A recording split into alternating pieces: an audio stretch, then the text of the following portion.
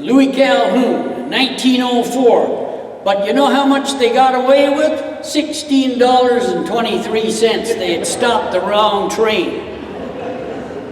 And there was no two-man lying cold. He never killed anybody. He always said, hands up and nobody gets hurt. And that's the way it was with Bill Miner. He was a generous, smart, kind-hearted man who ended up down there in southern BC around Merritt, around Bald Mountain. And he was a musician and he loved to play music at country dances. Would you like to hear one of his favorite fiddle tunes? Yeah. Fast one or slow one? All right, fast it is.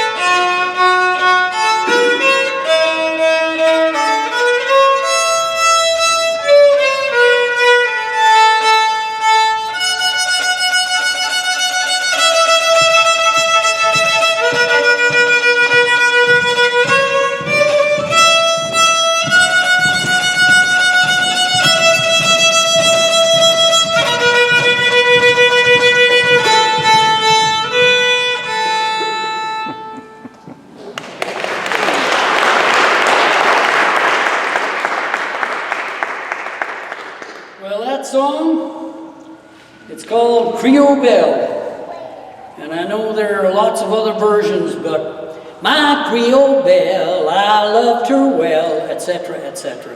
It's a real fun tune to dance to. Bill, he thought that when people were dancing, there was nothing like that kind of glue to keep relationships together. People were out dancing, they were holding each other, they were laughing, they were moving together, they were having fun. Do you agree? Yeah. This side said, yeah, this side was...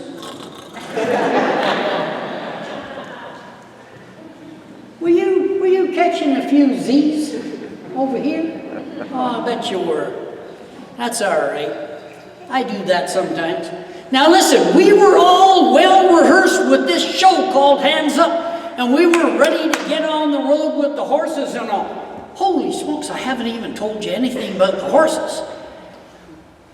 Well, to start with, we had 4 wagons. We had the Vardo, which was always the lead wagon, and then we had the medicine wagon and the Sally wagon that I drove, and then we had the hitch carrying all the steel and everything that we needed to set up the show in the big circle.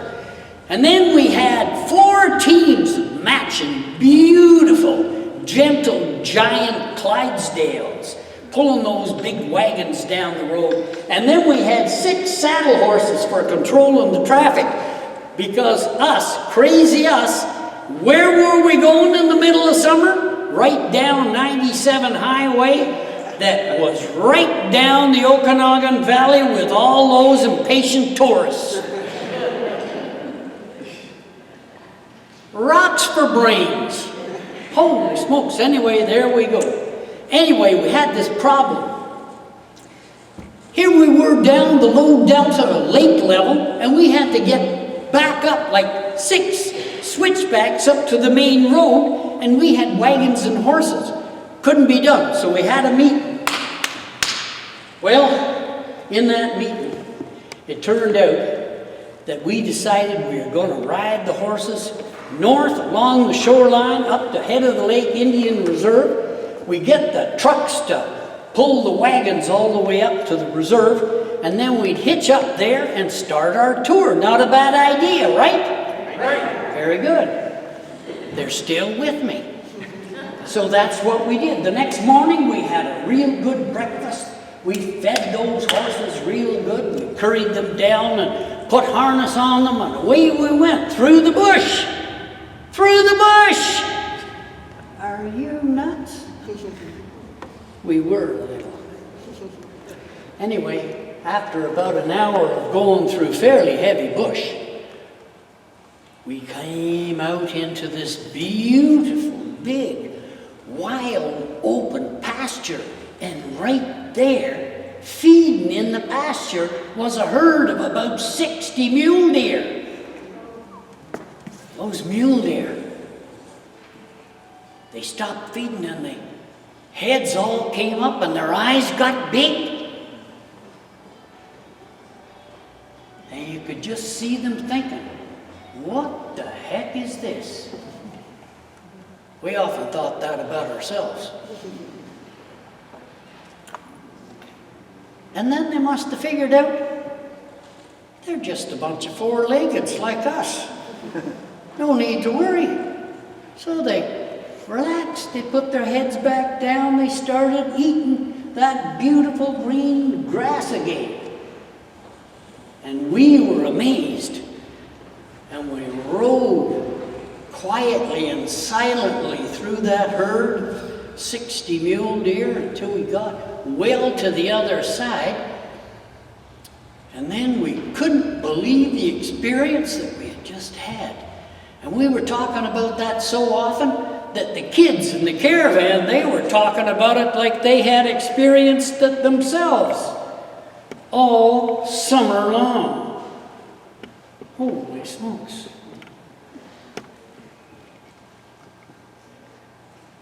That was quite the experience. Well, here we were,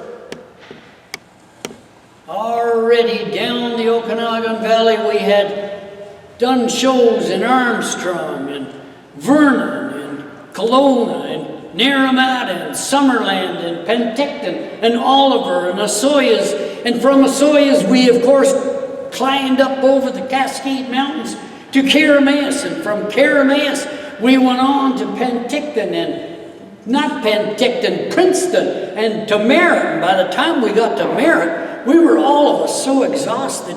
Oh my goodness, at the end of the day, we just fell into our bags and blankets and foamies. We had done about 35 shows up until that time, and it was already well into August by that time, caring for sick horses, driving teams, putting up with impatient tourists on the highway. Holy smokes.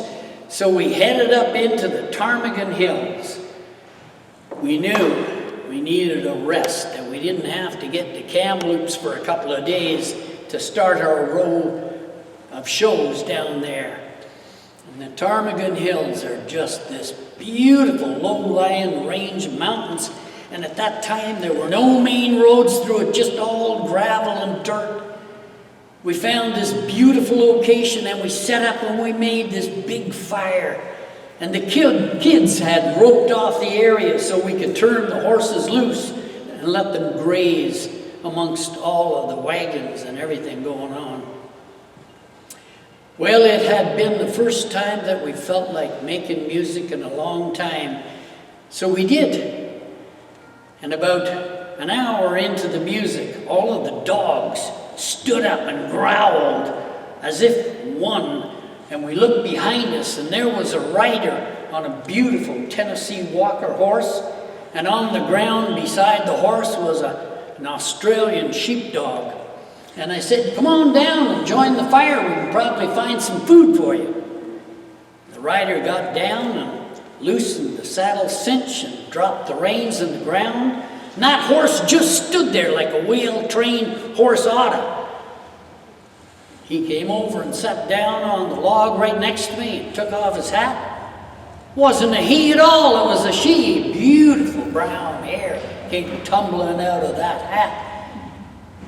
Brown, sun-baked face with deep crags. Wasn't no youngster. She introduced herself as Melody and her dog as Cucullin. By that time, a big bowl of chili was in her hands, and she shared that bowl of chili with her dog, Cucullin. Isn't it funny how behavior can say more about a person than a whole bunch of words? Well, the music started up again and made its way around, and by the time it came to Melody, she had finished eating and she had given her dog the half of that bowl, and she said, I've got a song here I'd like to sing. And she started right in on it. As I roved out on a May morning to take a pleasant walk, I sat me down by an old oak tree for to hear two lovers talk, for to hear what they might say, my dear, for to hear what they might say, so I might know a little more about love before I go away. And P, it stands for Paddy, I suppose, and J for my love, John. W stands for false Willie-O, but Johnny is the fairest one. Oh, Johnny is the fairest one, she said. Oh, Johnny is the fairest one. And I don't care what anybody says, for Johnny is the fairest one. And I don't care what anybody says, but you've been the fairest ones.